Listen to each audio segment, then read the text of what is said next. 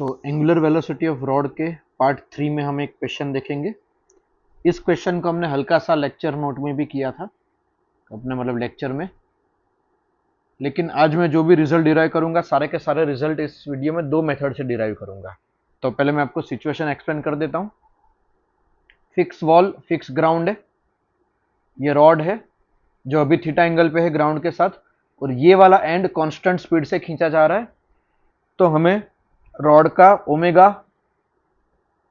Rod का ये omega, rod का अल्फा, बी पॉइंट की वेलोसिटी नीचे की और बी पॉइंट का एक्सेलरेशन, ये चार चीज पूछी हुई है। ठीक है, तो सबसे पहले बी पॉइंट की स्पीड निकालते दो मेथड से। तो मैंने वापस डायग्राम को रीड्रॉ किया है। तो ए अगर इस तरफ जा रहा है तो बी 100% इसी तरफ आएगा। अब एक हमने मेथड सीखी थी कि velocity along the rod same रहती है। तो ये रॉड की लाइन है तो वी ए का ये वाला कंपोनेंट और वी बी का ये वाला कंपोनेंट सेम रहेगा। तो वी ए कॉस थीटा और V B sine theta same रहेगा। यहां से आपको वी बी मिल जाएगा वी कॉट थीटा। ये मेथड 1 हो गई। Method 2 constraint. अब यहां पे देखो तो पाइथागोरस लगा सकते हो, X square plus Y square बराबर एल स्क्वायर, जहां रॉड की लेंथ एल कांस्टेंट है। तो इस इक्वेशन को अगर मैं टाइम के साथ डिफरेंशिएट करूं तो एक्स स्क्वायर का differentiation 2x dx by dt, Y square का 2y dy by dt is equal to L का 0, और यहां से मुझे dy बाई dt मिल जाएगा जो b की वेलोसिटी होगी। तो dy बाई dt कुछ नेगेटिव में मिलेगा, क्यों? क्योंकि y कम हो रहा है इसलिए। तो vb की वेलोसिटी ये आ जाएगी। ये ध्यान रखेंगे vb is minus dy by dt, है ना, ये ध्यान रखना है क्योंकि y कम हो रहा है। तो दो मेथड से हमने vb का फॉर्मूला डिराइव किया है। फिर मैं निकाल रहा हूं ओमेगा कितना होगा, क्योंकि अगर थीटा ऐसे मेजर्ड है तो इस डायरेक्शन में ओमेगा कितना होगा। तो एक चीज मुझे दिख रही है कि जैसे जैसे रोड आगे बढ़ेगा आप देखो थीटा कम होता जा रहा है, तो ओमेगा भी नेगेटिव होगा, क्योंकि मैंने माना ओमेगा थीटा को बढ़ा रहा है। तो यहां पे ओमेगा आपका नेगेटिव आएगा। तो मेथड 1, वापस इसी ट्राइंगल में अगर मैं टेन थीटा लिखूं तो यहां पे टेन थीटा क्या बनने वाला है, इस ट्राइंगल में आपका tan theta Y by X बनेगा। इसको डिफ्रेंशिएट करो दोनों साइड टाइम के साथ, तो sec square theta D theta by D T, और यहां पे डिवीजन रूल लगा दिया। अब D theta by D T मेरा ओमेगा है। अब यहां पे देखो D Y by D T को मैं क्या लिख सकता हूं, माइनस वी कॉट थीटा, जो हमने आगे डिराइव किया था। D x by D T तो वी है, क्योंकि ये जो एक्स है वो तो वी रेट से बढ़ रहा है आगे। बस अब मुझे इसको थोड़ा सा सिंप्लीफाई करना है। तो एक बार आप इस कैलकुलेशन को अच्छे से देख लेना, मैंने कैसे ट्रिग्नोमेट्री रिलेशन लगाया। मुझे ओमेगा ये मिल रहा है, नेगेटिव मिल रहा है। ये पूरा सिंप्लीफिकेशन आप एक बार अच्छे से देख लेना। अगर कोई स्टेप समझ में नहीं आ रहा तो आप मुझे लेक्चर में पूछ लेना।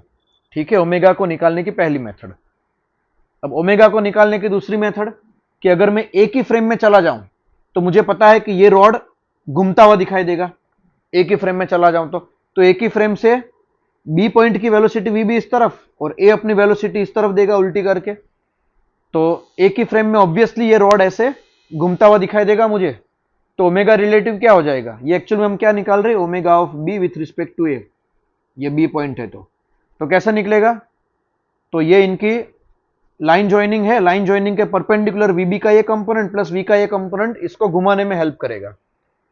तो ये चीज क्या आने वाली है, तो वीबी का ये कंपोनेंट वीबी कॉस थीटा और वी का ये कंपोनेंट वी साइन थीटा, और वीबी की वैल्यू पुट कर दी मैंने, वीबी की वैल्यू है वी कॉट थीटा। तो यहां से मेरा आंसर आ गया। माइनस क्यों, क्योंकि ओमेगा थीटा को कम कर रहा है इसलिए माइनस। ओमेगा थीटा को कम कर रहा है इसलिए माइनस। तो मैंने वही सेम ओमेगा दो मेथड से निकाला। अब अल्फा कैसा निकालना है, तो मेरे पास ओमेगा का रिजल्ट है, बस उसको मुझे टाइम के साथ डिफरेंशिएट करना है। तो ये मेरा अल्फा का टर्म आ गया, और यहां पर D theta by D T की जगह मैंने ओमेगा रख दिया है। तो एक बार आप वीडियो को पॉज करके इसको भी अच्छे से नोट कर लेना। अब बी का एक्सेलेरेशन, तो मेरे पास बी की वेलोसिटी है, बस उसको मुझे टाइम के साथ डिफरेंशिएट करना है और D theta by D T की जगह ओमेगा रखना है। तो मेरा बी का एक्सेलरेशन आ गया। ये पहली मेथड से बी का एक्सेलरेशन आ गया। अब बी का एक्सेलरेशन मैं दूसरी मेथड से भी ला सकता हूं। ये काफी इंटरेस्टिंग मेथड है। अगर मैं एक ही फ्रेम में चला जाऊं तो मुझे बी पॉइंट सर्कल में घूमता हुआ दिखाई देगा। एक ही फ्रेम में चला जाऊं तो बी पॉइंट सर्कल में घूमता हुआ दिखाई देगा। और जो भी पार्टिकल सर्कल में घूमता है उसके दो तरह के एक्सेलरेशन हो सकते हैं, एक तो towards the central centimetre acceleration और टेंजेंशियल एक्सेलरेशन, और इन दोनों का नेट एक्सेलरेशन नीचे होगा। क्यों? क्योंकि बी वॉल के साथ नीचे आ रहा है। तो टुवर्ड्स द सेंटर एक्सेलरेशन क्या आएगा, ओमेगा स्क्वायर एल, क्योंकि ए के रिस्पेक्ट में देखो तो बी एल रेडियस के सर्कल में घूम रहा है, एल रेडियस के सर्कल में। तो सेंट्रीपिटल एक्सेलरेशन क्या आ गया, ओमेगा स्क्वायर एल, और टेंजेंशियल एक्सेलरेशन क्या आ जाएगा, अल्फा एल। तो एसी का ये कंपोनेंट एटी का ये कंपोनेंट ऐड कर दो तो आपको ये भी मिल जाएगा। तो देखो ये कैलकुलेशन मैंने यहां पे की हुई है, ओमेगा स्क्वायर एल का साइन थीटा कंपोनेंट, अल्फा का कॉस थीटा कंपोनेंट, इसको ऐड कर दो तो मुझे ये भी मिल जाएगा। तो यही सेम रिजल्ट जो हमने आगे डिराइव किया था वो दूसरी मेथड से कर सकते हैं।